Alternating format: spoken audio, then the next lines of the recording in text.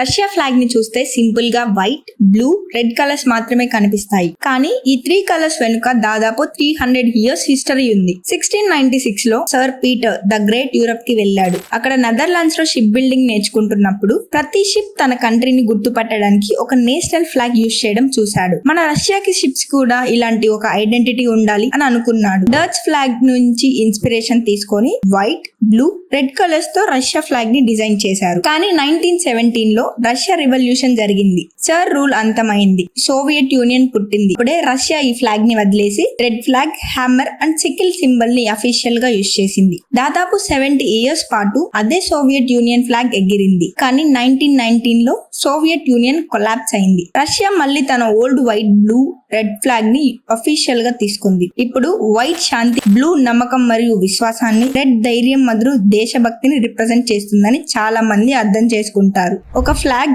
ఒక ఎంపైర్, ఒక రివల్యూషన్, ఒక కంట్రీ మళ్ళీ పుట్టిన చరిత్రని గుర్తు చేస్తుంది. కానీ రష్యా ఫ్లాగ్ లో ఉన్న ఈగల్ సింబల్ ఎందుకు డిసప్పేర్ అయిందో తెలుసా? అది నెక్స్ట్ వీడియోలో చెప్తా.